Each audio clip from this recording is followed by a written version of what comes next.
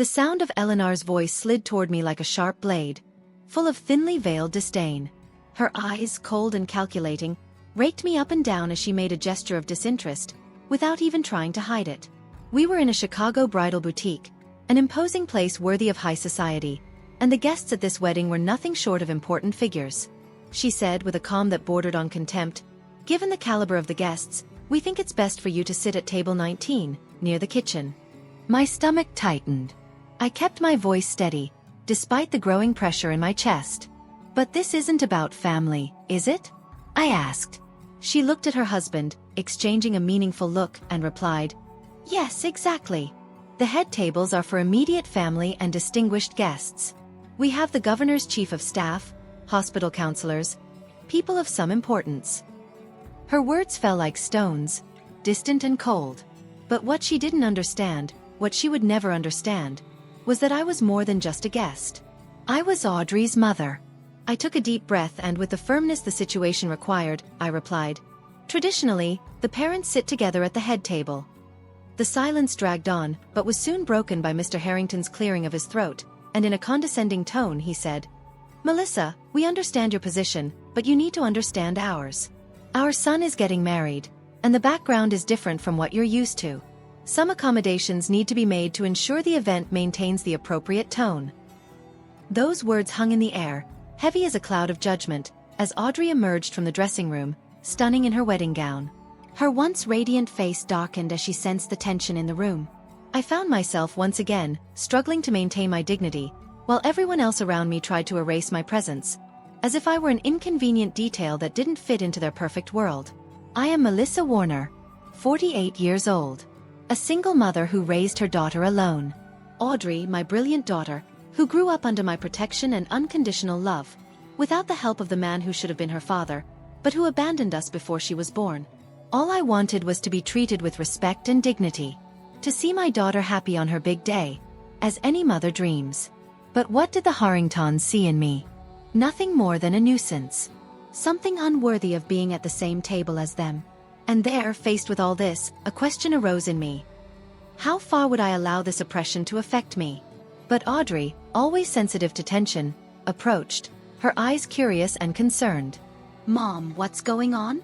she asked, not understanding the silent battle that was unfolding. "We're just discussing the seating arrangement," I said, trying to minimize the impact. Eleanor, with that forced smile, intervened before I could explain. "Nothing to worry about, my dear. On your big day, everything will be fine."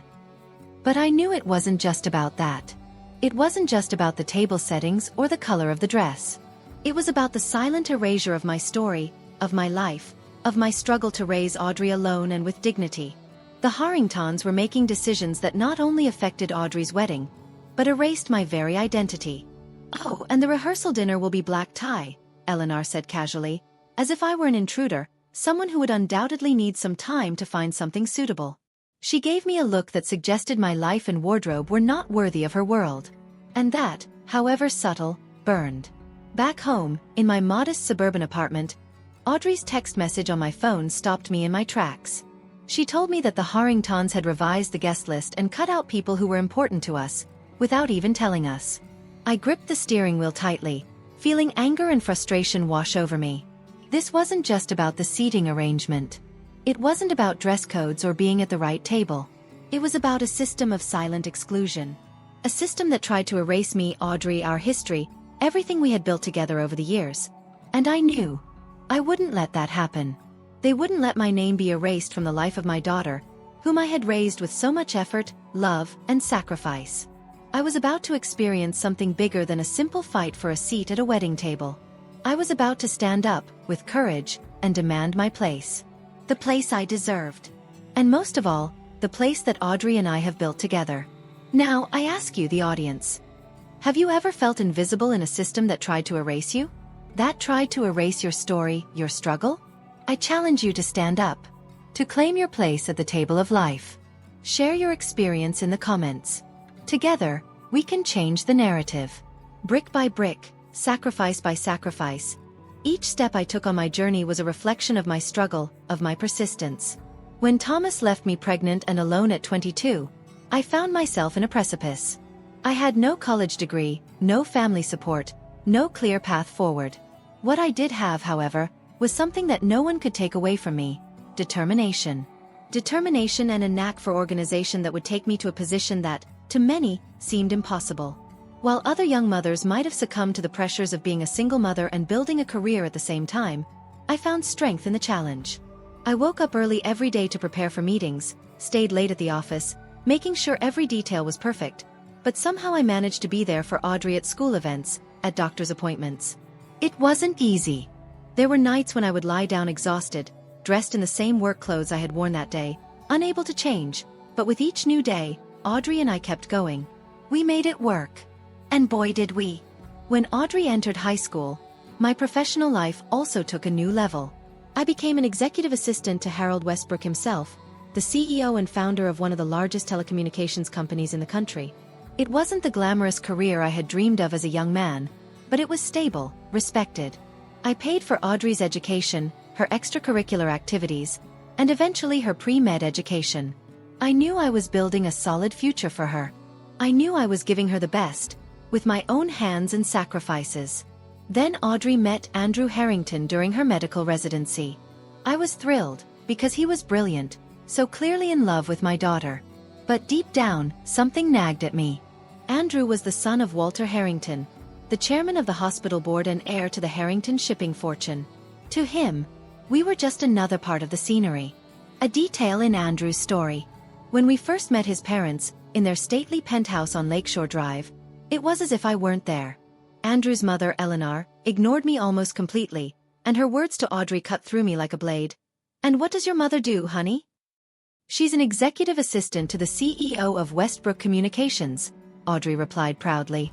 But Eleanor's reaction was cold, almost condescending. "Oh, a secretary," she murmured with a forced smile as if it were a small thing. At the time I should have known, but I let it slide. I was willing to give the Harringtons the benefit of the doubt. After all, it was a tense meeting, a first contact. But as the months of our engagement passed, the truth became clearer and clearer. Their disdain for me was no accident, nor was it a matter of old conventions. They saw me as someone who had no right to be in Andrew's life, someone who should be kept on the sidelines. And yet, Audrey believed that things would get better. "They're old-fashioned, Mom," she would say, trying to reassure me. "When they get to know you, they'll see how amazing you are." But deep down, I knew that maybe what they saw wasn't about who I was, but about where I came from. They were committed to keeping their story intact, with no room for someone like me. And as much as I felt it, I smiled and accepted it. I compromised, telling myself it was just one day, just one event, and that I would endure it, for Audrey's sake. After all, what I didn't know, what I never imagined, was the lengths to which the Harringtons would go to exclude me, to set me apart. The rehearsal dinner at the Chicago Yacht Club was the ultimate demonstration of what the Harringtons were capable of. Everything they promised: elegant, exclusive, and painful. I spent more than I could afford on a black cocktail dress that somehow felt out of place among all the designer gowns and tailored suits. I was there, physically present, but in my soul, I knew the space I occupied there was just an illusion. I wasn't just a simple mother, struggling to secure a better future for my daughter. I was seen as an outsider, a piece out of place in the perfect Harrington family puzzle. But deep down, I knew that true strength lies not in the places where you are welcomed, but in your ability to create your own space. Where others see you or don't see you, does not define who you are. This is the story of a mother who never let herself be defined by others' standards. A mother who, brick by brick, sacrificed herself to build her daughter's future. And I ask you, who are watching me now, how far are you willing to go to defend your story? To create your space where everyone wants to exclude you? Share your experiences in the comments. Together, we can find strength in those moments when we are called to be invisible. Andrew's father stood up, champagne flute raised, making a long toast to celebrate the union of two distinct families. His eyes met those of everyone present, but curiously, he avoided any mention of me. My presence there, however, was a detail too small to be noticed. Andrew's side of the family, the Harringtons, had their own codes and rituals, and I wasn't part of that world. I, Melissa Warner, a single mother, was left out. My cousin Diane, my Aunt Meredith, and Diane's daughter Paige weren't even invited to this intimate gathering of 60 people. I kept my composure, but inside, something was breaking with every passing second. It was a difficult night.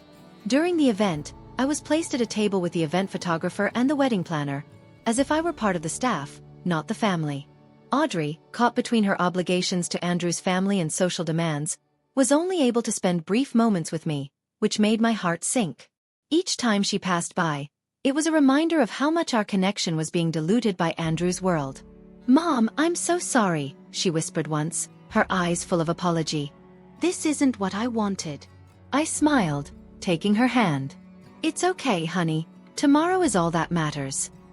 But tomorrow came with more humiliation. I arrived at the Drake Hotel 2 hours before the ceremony, as instructed, only to be directed to a small anteroom while the Harringtons occupied the master bridal suite. "Melissa, there you are," Eleanor said when she saw me, standing in the doorway, trying to look for Audrey.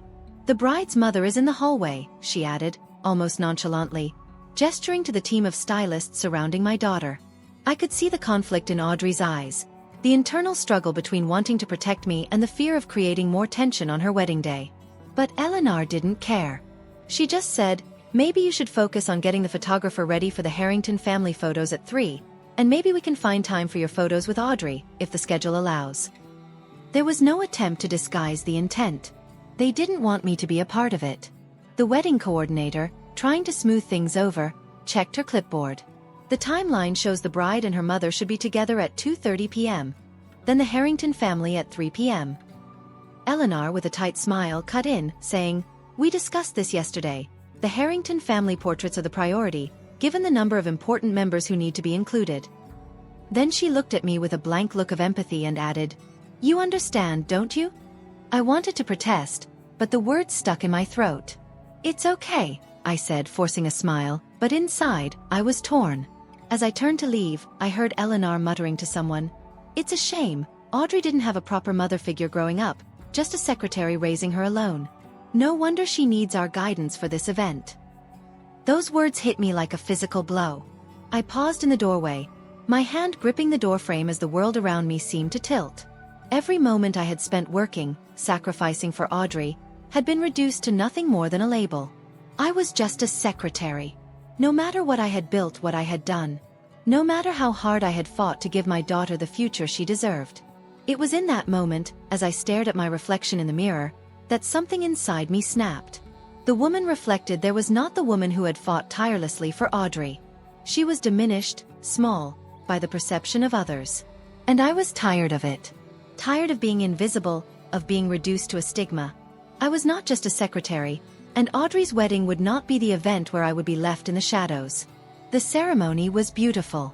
Everything was perfect, just as Audrey had always dreamed. I walked my daughter down the aisle with my head held high, despite the weight of the Harringtons' judgmental stares. But when she exchanged vows with Andrew, nothing else mattered. In those brief moments, I watched my daughter beam, and everything she had been through, all the challenges, seemed to melt into thin air. "It's not okay with me," she insisted, trying again to make amends. "Let me talk to Eleanor.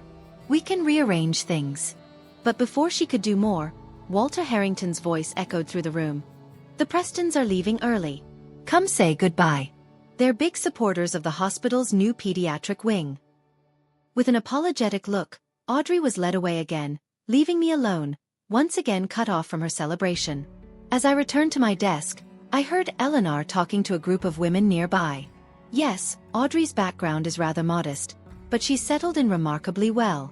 "A bit of a social climber, though we'd never say so openly, of course," she commented, laughing with the other women. "Without proper guidance, Mother is just a secretary, you know. We had to help smooth out her rough edges." The women laughed, stealing glances in my direction before quickly looking away, realizing I had heard everything. It was at that moment that something crystallized inside me. Nothing I could do would be enough for the Harringtons. No amount of kindness or effort on my part would earn their respect. In their eyes, I would always be just a secretary, a footnote on Audrey's journey into their world. For the first time, an idea dawned clearly on me. What if I stopped trying to meet their impossible standards and instead showed them exactly who I was? Just a secretary, but a strong woman, with so much more to offer than they could ever imagine. As I pondered this, I noticed a distinguished gentleman approaching my desk. He was Joseph Brennan, CEO of Meridian Healthcare, one of the largest hospital systems in the Midwest. "Melissa Warner," he said warmly, extending his hand. "I thought that was you. It's been 3 years since we finalized the communications infrastructure deal." "Mr. Brennan," I replied, standing to greet him properly. "Actually, it's been 4 years, but who's counting?" I smiled. "You've been thriving, thanks in large part to the contract you helped negotiate with Harold. He doesn't know how lucky he is to have you," he said, looking around the table. "May I join you for a moment? I'd love to chat." As Joseph sat down next to me, I noticed the glances of Eleanor Harrington and the other women nearby. They were watching with narrowed eyes, assessing the situation. Joseph continued, "By the way, I'm on the hospital board with Walter. I didn't realize you knew the bride and groom." "Yes, I'm helping Harold schedule a meeting about the new telehealth initiative," he explained, trying to smooth over the professional touch. I smiled, acknowledging his attempt to use our connection. "You know, Harold's schedule is pretty full, but I might be able to find a time for breakfast in late July," I replied, once again indicating my influence over Harold's work. "He has a pretty tight schedule, but I can intercede." Joseph's eyes lit up, clearly impressed. "You have that kind of influence over Harold's calendar? Impressive." The conversation flowed naturally, with Joseph and I discussing industry developments, projects, and mutual connections. I felt more comfortable, more respected, and barely noticed the small crowd that had gathered around us. Until a woman interrupted our conversation. "Melissa Warner, I thought that was you." I looked up to see Catherine Prentice, CFO of Allied Technologies, walking toward me with genuine joy. Behind her was her husband, State Senator William Prentice. "Is the bride your daughter?" she asked. "Yes," I replied, smiling, as the senator's presence drew more and more eyes our way. The conversation quickly turned into a small celebration, and the attention I was receiving made me realize that, outside the Harrington small world, I was being recognized for my expertise and achievements. And in that moment, I was grateful to realize that there was so much more to me than just being a secretary. Joseph, with visible pride, informed the audience as if Audrey's accomplishments somehow reflected his own good sense upon meeting me. He spoke of the brilliant young woman, and Catherine, with a smile, agreed that Audrey should follow in her mother's footsteps. Within minutes, the table where I was sitting near the kitchen had become a makeshift meeting place for some of Chicago's most influential business leaders. Harold's wife, Victoria, arrived, kissing me on both cheeks and loudly lamenting that we were hiding at those back tables. Soon, the governor's chief of staff, whom Eleanor had mentioned as a VIP guest, arrived and began discussing a public-private partnership with Senator Apprentice. The buzz spread, and as they discussed it, I could see from where I sat Eleanor watching with a look of growing confusion and alarm. She whispered urgently to Walter, who kept looking in my direction with a frown, clearly uncertain about what was happening. Things took an even more unexpected turn when Congressman David Holloway arrived late to the reception and made his way straight to our table. "Melissa, there you are," he said, with a lightness that belied the formality of the event. "Harold said he'd be here in a minute. I need your input on that press release for the infrastructure bill announcement." And so, as if we were at a business meeting, the congressman pulled up a chair and we began discussing confidential political matters in the middle of a wedding reception. As we spoke, I noticed Eleanor's expression change from confusion to calculation. She began walking toward us with a fixed, determined smile. When she arrived, she abruptly cut our conversation short. "We're so honored that you've come. I don't believe we've been properly introduced," she said, in a tone considerably warmer than any she had used with me thus far. "I'm Eleanor Harrington, Andrew's mother." The congressman, visibly surprised, glanced at her, but responded politely, "Oh yes, a nice event. Melissa and I were discussing some pressing matters." Eleanor continued with an even tighter smile. "I see you met Audrey's mother. What a surprise to see you all getting along so well." Catherine Prentice, with a hearty laugh, interjected, "Melissa is the reason half of us get anything done with Westbrook. She's practically a legend in Chicago business circles." Eleanor's smile froze at this, and she processed the information with visible discomfort. "A legend? But she's just the executive assistant to the CEO," she replied, trying to soften the situation, but her voice betrayed the growing tension. "Yes, that's my title," I replied calmly. "But titles can be limiting, can't they? I facilitated more important deals in this city than most investment bankers I know. It was then that I saw the realization slowly spread across Eleanor's face. The woman she had scorned and hidden from view was, in fact, connected to nearly every important person in the room. People whose social approval she craved, whose business connections Walter cultivated, whose political influence they courted. They all treated me with genuine respect and familiarity. The moment I realized this, I saw something change in Eleanor's expression. She was recalculating, trying to regain the position she thought she had. "Melissa," she said, her voice softer now. "Darling, I had no idea you were so well connected. You should have said something." Her attempt at redemption, however, seemed so transparent and self-serving that it was almost impossible to miss. "Eleanor," I said quietly, letting the question hang in the air. The word hung unanswered between us as the band announced that it was time for the toast. The table dispersed with promises to reconnect later, and Catherine Prentice squeezed my shoulder in support before walking away. Joseph Brennan, meanwhile, handed me his handwritten card with his cell phone number for the July breakfast. He murmured with a wink, "Let's set that up." As the formal toasts began, Andrew's best man, Walter, caught my eye. Eleanor then darted around the room with renewed vigor, stopping at several tables to whisper urgently. I recognized damage control when I saw her doing it. She was trying to reshape the narrative, trying to position herself as the victim of a misunderstanding. It was something I knew she had done many times before. The music started, and the MC announced the father-daughter dance. I watched as Andrew led his mother onto the dance floor, while Walter escorted Audrey in another traditional moment. But now I felt left out again. I took a deep breath, reminding myself that this day was not about me, but about Audrey, and that my feelings were secondary. Audrey stepped away from Walter and approached the microphone. "Thank you all for celebrating with us today," she began in a clear, confident voice. "As tradition demands, we will have a father-daughter dance, but as many of you know, I was raised by a single mother who was both a mother and a father to me. Mom, please join me." The spotlight found me at the back table, and murmurs began to ripple through the room. I saw Eleanor step forward, seemingly ready to intercept this diversion from the program, but she was held back by Walter's hand, which gripped her arm. Their faces were set with barely contained displeasure. When Audrey called me to the dance floor, the band began playing "Wind Beneath My Wings," the song we had danced to in our living room when she graduated from high school. Audrey had arranged this surprise without telling me. "I'm sorry about today," she whispered as we crossed the room.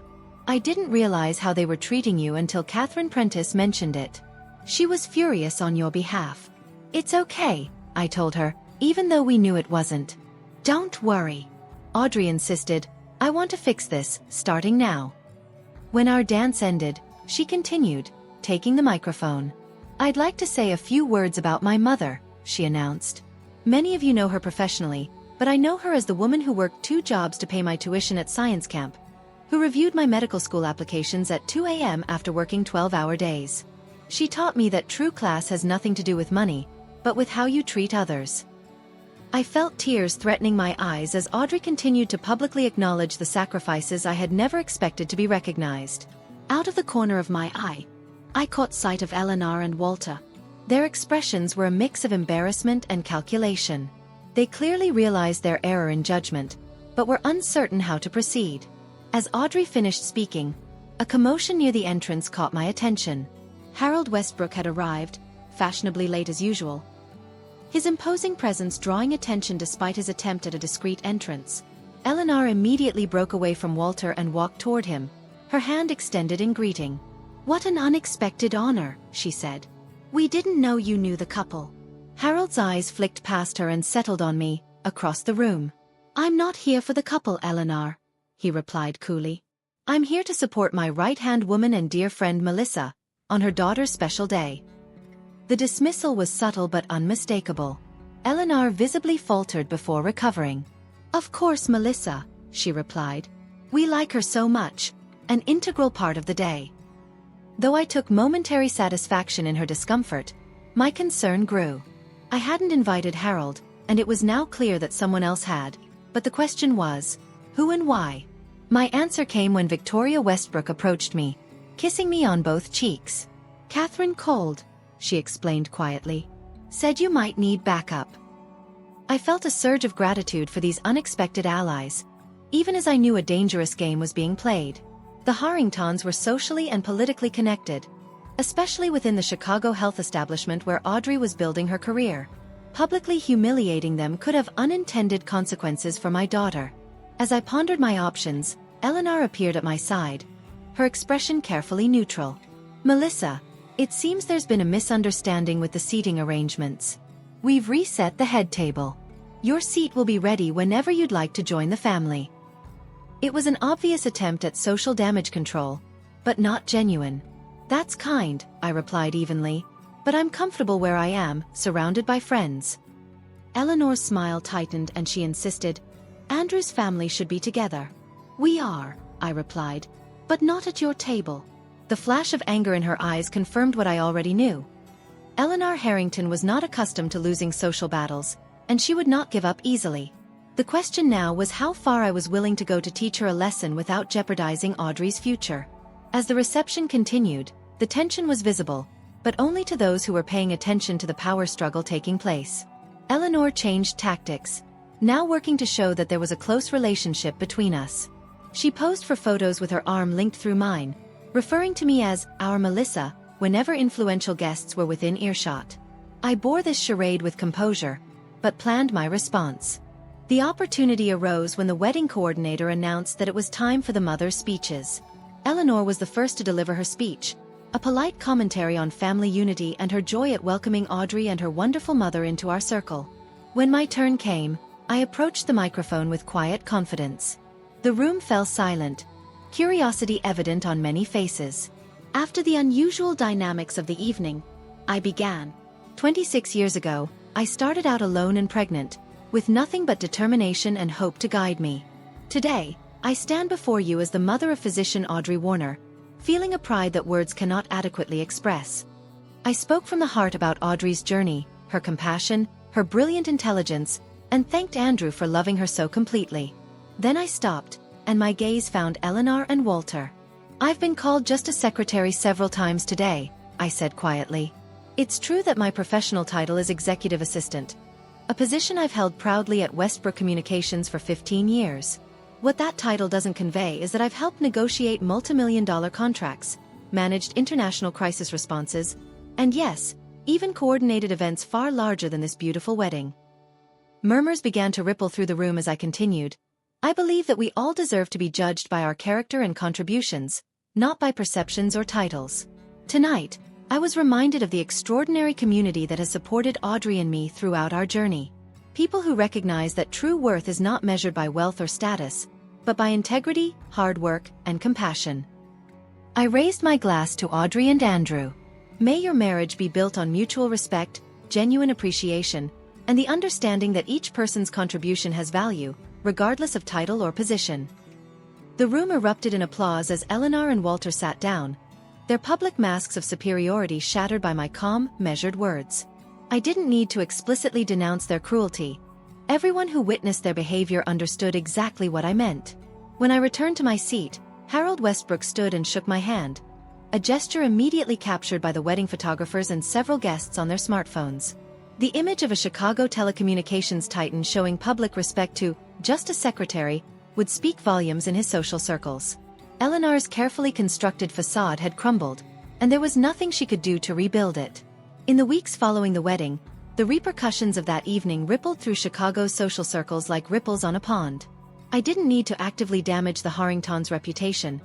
They did it themselves, allowing their prejudice to be witnessed by the very people whose approval they so coveted. Catherine Prentice called me to tell me that Eleanor had been quietly removed from the Art Institute's fundraising committee, a position she had held for years, leveraging her for social capital. Joseph Brennan, during our July breakfast, casually mentioned that Walter had been passed over for the chairmanship of the hospital board, a position he had assumed was his. These small but significant consequences would hurt far more than any public confrontation. Audrey and Andrew returned from their honeymoon to discover that the dynamic between our families had changed permanently. They hosted their first dinner as a married couple, and Eleanor arrived with a carefully selected gift for me: an expensive designer scarf.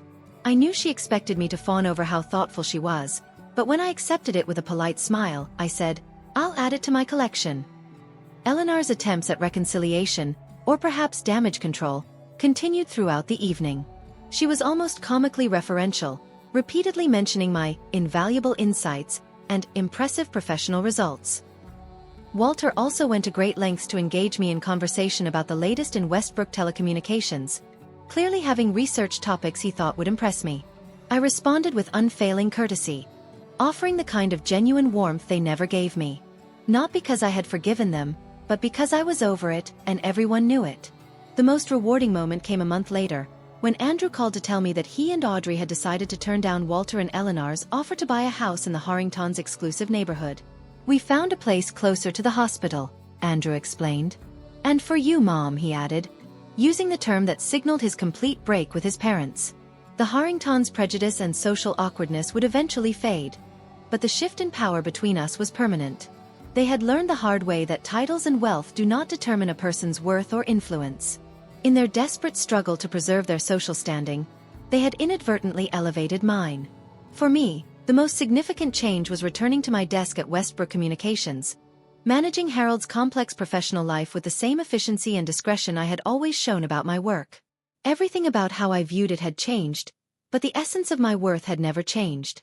6 months later, I received an invitation to a charity gala hosted by the hospital board. I smiled at the handwritten note at the bottom. "Mrs. Warner, you will be seated at the head table as requested." I put the invitation in my planner, already anticipating Eleanor's face when she saw exactly where just one secretary would be sitting this time.